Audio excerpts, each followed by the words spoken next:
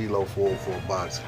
Alright, y'all, I was in one of the Facebook groups where I made a post earlier today about about Laura, and how I felt like he put on a masterclass performance versus Canelo, and that basically matriculated into a whole bunch of other conversations about Canelo, about guys he fought, about guys he wouldn't fight, and eventually it led itself to the Derevyanchenko situation, and me basically pointing out to a guy that, hey, this guy that you're talking about is so great and so far beyond anything else in boxing right now, has been stripped of the title multiple times because he refuses to face his mandatories.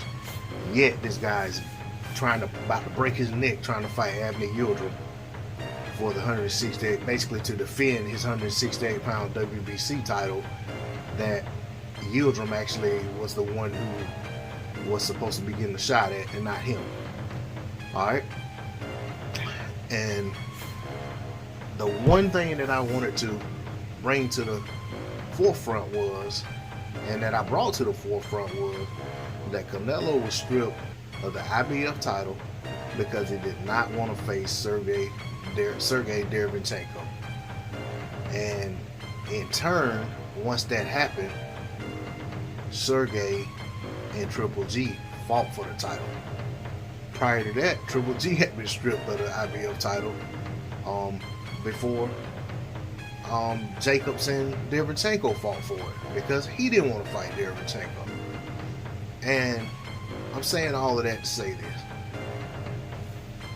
you cannot call these guys top pound for pound fighters, cannot call them the best the sport has to offer, when these guys are out here getting stripped of titles left and right because they don't want to face their mandatory. But then when there are certain other people in the position of mandatory, they go out of their way to make those fights without a hiccup. You know, they go out of their way to make those fights with very little resistance and go run into those mandatory defenses. But then at the same time, you say, well, these other guys, it's the mandatory fault that the fights aren't getting made. Well, the reality is that the sanctioning bodies have something in place to take care of when the mandatories are being too resistant or too complicated or difficult to deal with in terms of making a fight. And that's called the mandatory purse split.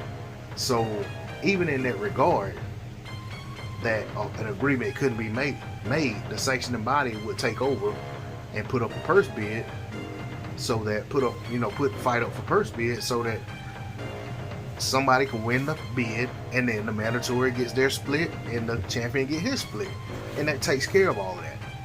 So when you have guys giving up titles because they don't want to fight the mandatory, I have to question just how great they really are. You know, because like I said, these guys are supposed to be great. They should be just as great when there is a legit threat as a mandatory as when there's some walkover guys to mandatory. That's all I gotta say on the subject. D-Lo 404 Boxing, I'm out.